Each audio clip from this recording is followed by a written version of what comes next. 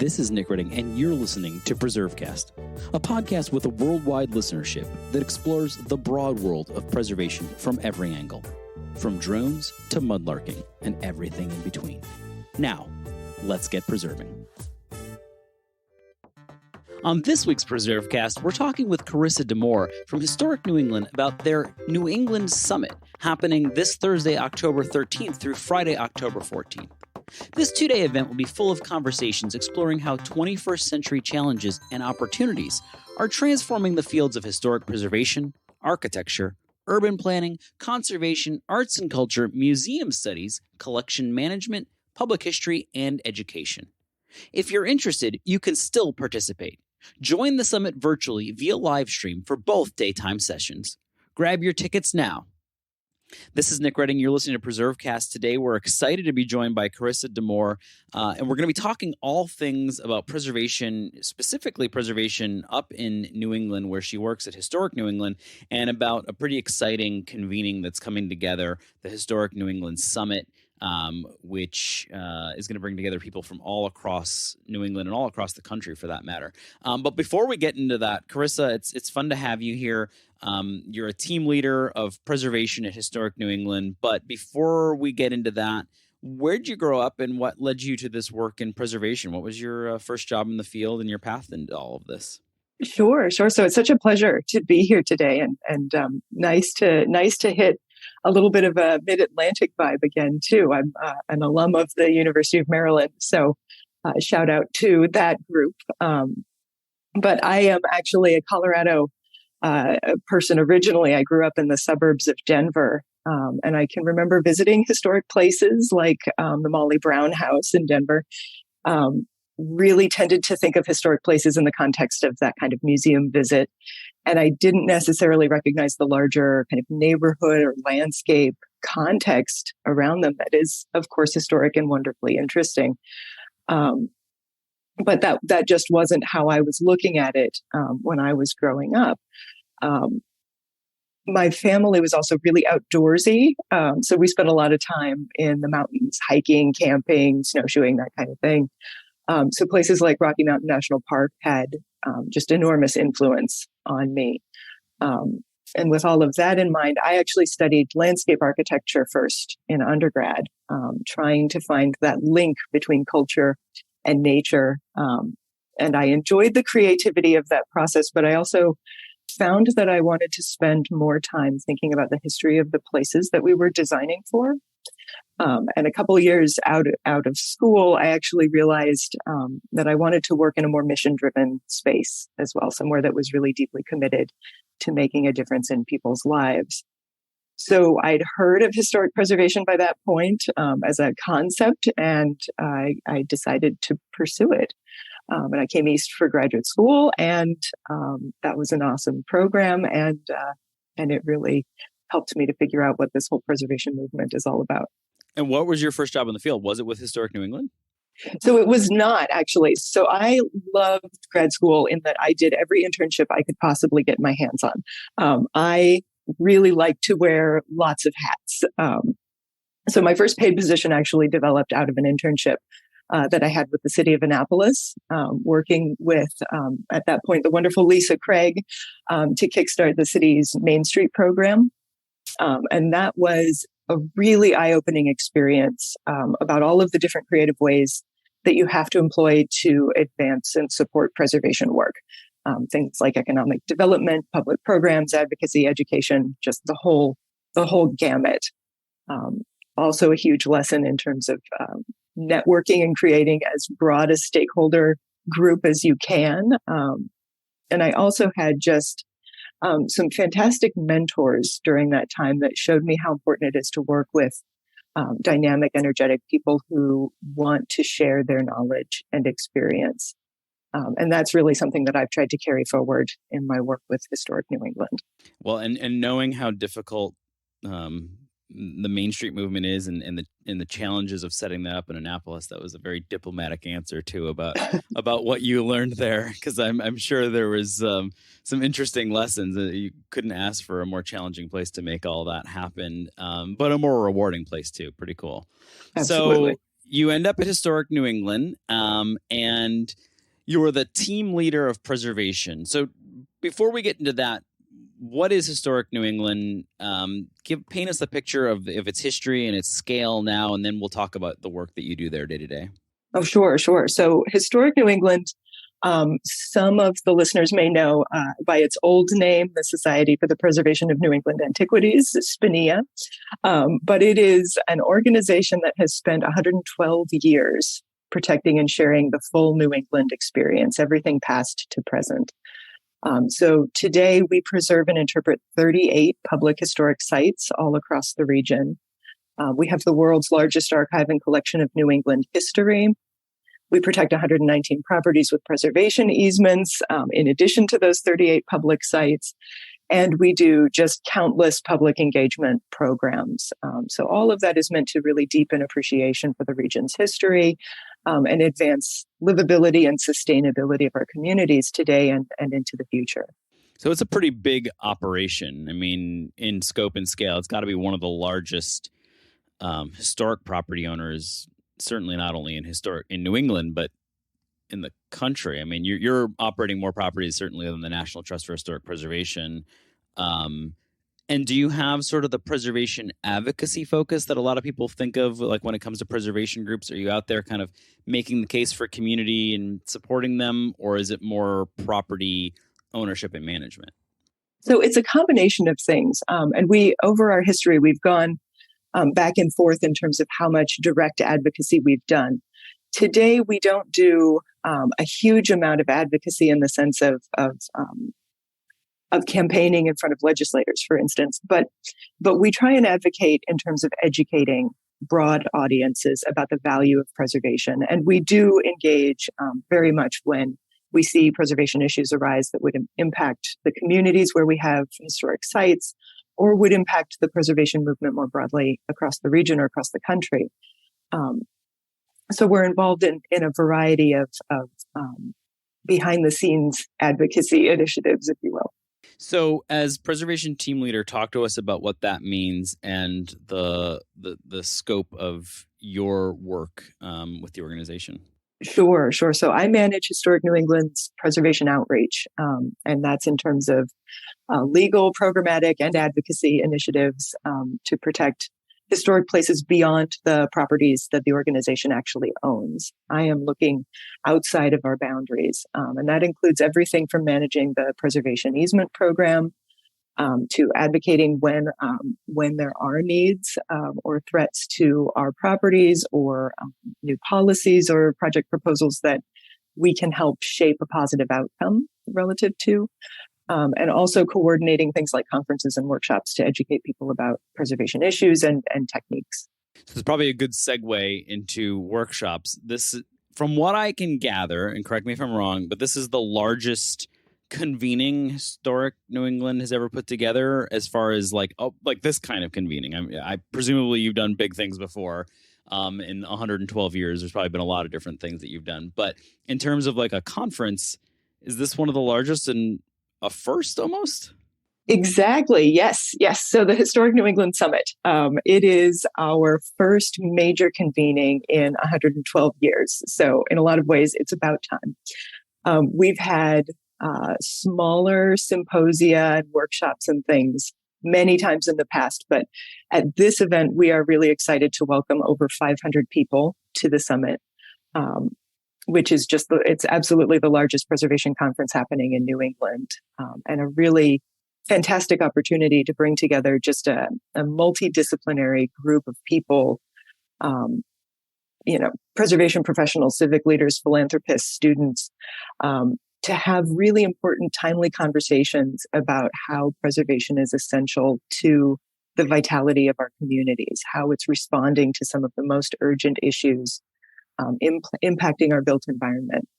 I mean, and it's interesting in that as a 112-year-old organization, getting to be to do something for the first time is probably pretty challenging. Like anytime you're like, I bet this is the first time we've done this, and they're like, well, actually, in 1946 we did this. And you're like, okay. but this is a first. So and before we dive into the content of it, we might take a break before we get there. were you expecting the scale? Like I'm impressed. I mean, you talk about one of the biggest convenings in New England, but this is one of the biggest convenings for preservation in the country, particularly since the National Trust has moved to a virtual conference model. And I think that regional on the ground convenings are perhaps even more important than those national convenings, because they speak to the needs of a region, and really all preservation is local.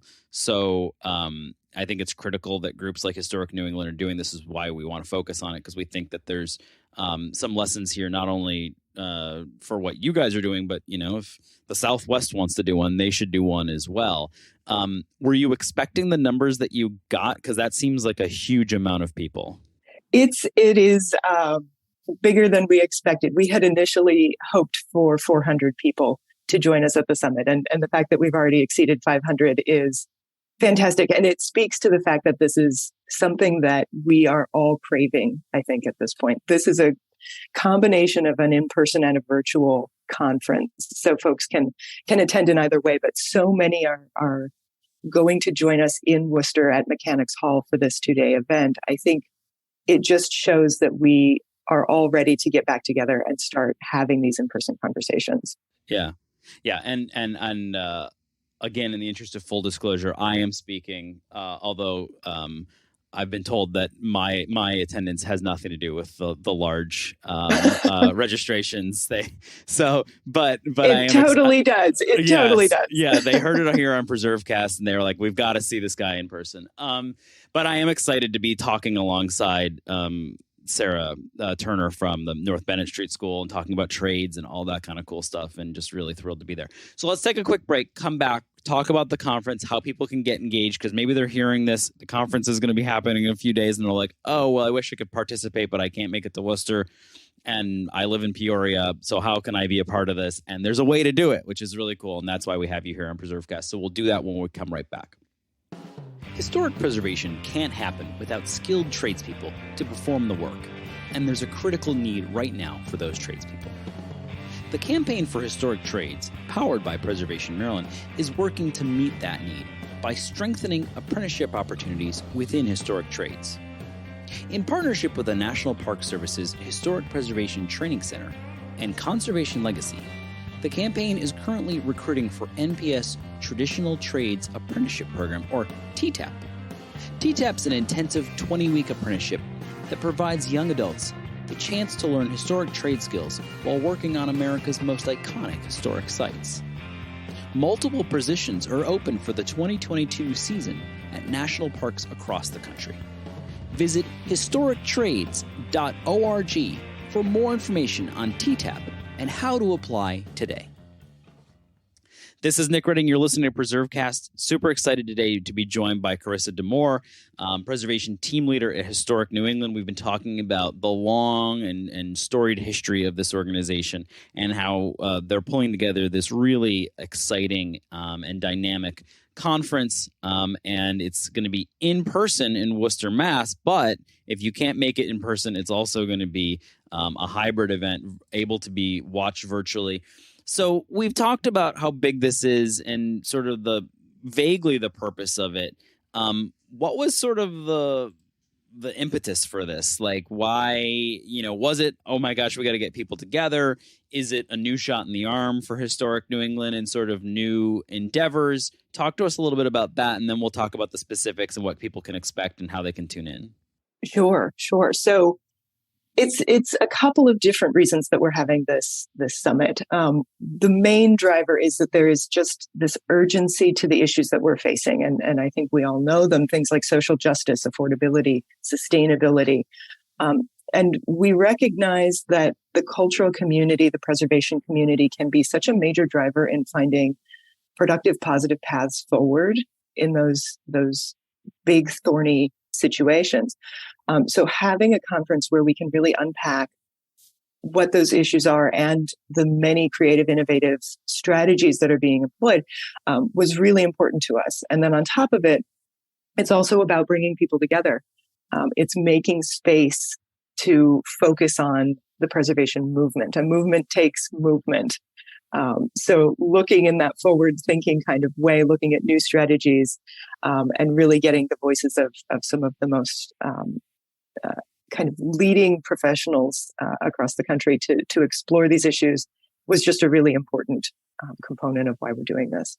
Well, I hope that phrase is like on the conference bag or something like that. I hope a movement takes movement. Are you guys using that? Or did you just come up with that on the spot? I just came up with that. So now we'll see. Yeah. Get that onto the slide deck. So what can people expect in terms of content? What kind of content is going to be on there? And then maybe we'll talk about how they can tune in remotely. Sure. So this is going to be a really dynamic, like you say, a really dynamic conference. We have over 50 speakers taking the stage over 2 days. And with everybody in plenary, the whole time, we're all going to be taking part in the same conversations. You don't have to pick and choose. Let me interrupt you there for a second, because I think that is so cool. And I love that, because I hate when you go to a conference and, it's like, well, there's 17 different choices in the next hour. And I guess I'm going with this one. And then you go into it and you're like, this was a mistake. But I I can't leave, that kind of thing. I love that you're keeping everybody together, because it also keeps the conversation, particularly for those people who are there in person, kind of focused, right? Because everybody's like, wow, I heard that too. What did you think about this? Where instead of like, well, did you hear this? Oh no, I was in the one about, fenestrations. So I didn't hear about this one. I think that's so cool. I also imagine, talking about sort of like lessons for people around the country thinking about this. I have to imagine that's a little bit easier to assemble too, because it's like, here's the focus and we're going to keep people moving instead of having to have 17 different speakers, constantly going. So I think that's a really cool model. I like that idea a lot. So you've got these people having this conversation. What are the conversations kind of revolving around? Absolutely. So we've got really big themes. We are starting the whole conference off with a focus around diversity, inclusion, and equity, and really focusing on how are we transforming the stories that we're telling, the way that history is reflected in the work that we all do. So it's just an important theme that I think is going to carry across both days, actually. Recognizing that there are components of sustainability, thinking Friday morning as we talk about climate change and resiliency, that also has diversity and inclusion components to it, of course. On Thursday afternoon, we are taking a hard look at how some really big spaces are transforming in New England. How can communities with industrial architecture be transformed to meet 21st century needs using that historic fabric? And we're doing that by literally having a provocation about historic New England's own building. We have a really large shoe factory in Haverhill, Massachusetts, that is the location where we store all of our collections that aren't out at the historic houses. And that building is a perfect opportunity to become more accessible, more transparent, more of a community resource rather than just a storage facility.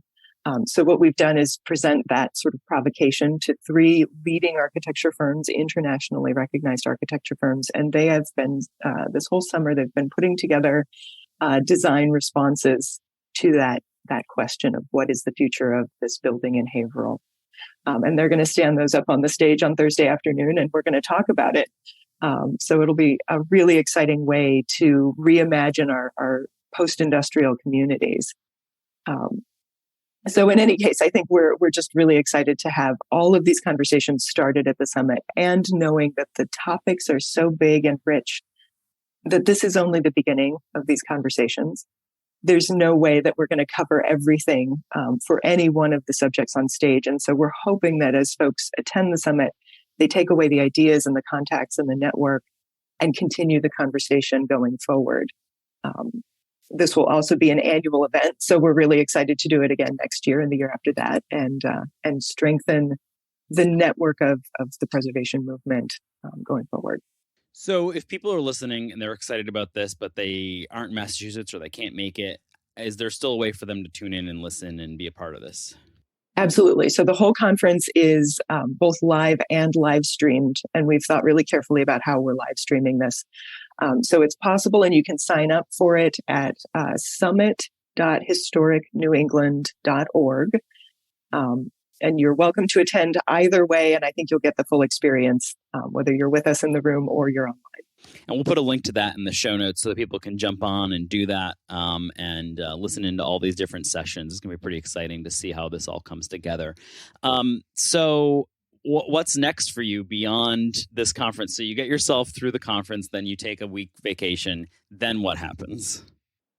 So I am involved in a whole lot of different things that will continue on after the summit, including planning future summits, of course. But I'm also involved in a couple of Historic New England's major initiatives, both the Haverhill project that I was talking about, this reimagining of our collections facility, and also a reimagining of our property in Boston's West End, the Otis House. These are kind of two sides of the same coin in that the Otis House reflects this single home, really ornamental architecture, interesting story, and it is surrounded by new development and new development activity that's going on right now. So we're figuring out how to reimagine that site to be again more accessible and more engaged with the community, but in the face of these really big projects that are happening around it. It's a little bit like that. Was it The Little House? Was the book about the little right? So that's one side, and then the Haverhill project is the other side, which is the factory that drove so much of the activity in Boston throughout the 19th and early 20th centuries, telling much more of an immigrant story with its history. So looking at how both of those facilities will be reimagined to meet the needs of a community today, to respond to different sort of economic pressures, different development pressures, is a lot of fun. Well, it's exciting stuff and stuff we should cover in another episode. Before we say goodbye here, though, we ask everyone, and it's normally a painful question, what is your favorite historic place or site? And you can basically say, well, of course, all of Historic New England's collection, but beyond that. And I will say, yes, Historic New England's collection is wonderful. So worth visiting any of them. I love all of our children equally. But I would say, so I've had the really incredible opportunity to visit a lot of amazing historic places like Mesa Verde or the Duomo in Florence or H.H. Richardson's bedroom, where you can literally still see the pin marks from where he pinned architectural drawings to his bedroom walls in the final years of his life, as he was basically operating his architectural practice out of this room. They're incredible places. They're compelling. But the places that I love the most are actually being in people's kitchens in their historic houses. So I've sat with a cup of coffee across the table from someone and getting to hear them tell the story of how their family has, over the course of several generations, maintained a farm or cooked dinner on the cast iron stove next to us, is such a special experience. And that's actually what stands out to me as the most kind of resonant, the most real moment working with historic places. That's the part where we all feel the most connected to this web of cultural history. So I like that a lot. Those are my favorites. That would make a great coffee table book too. Absolutely. Carissa, coffee, and historic structures. So this is so much fun. Looking forward to personally getting to see you in person in a couple of weeks. And then also for people listening who want to tune in, click on the show notes, jump on there and figure out how to get yourself signed up so you can participate in all of this. Thanks so much for joining us today. This has been fun. It was a pleasure. Thanks so much for having me. Thanks for listening to PreserveCast. To dig deeper into this episode's story, head over to PreserveCast.org for show notes and our collection of previous episodes. Don't forget to engage with this podcast by subscribing, commenting, and leaving a review. Follow along on Instagram, Twitter, and Facebook at PreserveCast for even more. PreserveCast is currently recorded in Walkersville, Maryland, and sponsored by the 1772 Foundation, and powered by Preservation Maryland. Thanks for listening, and keep on preserving.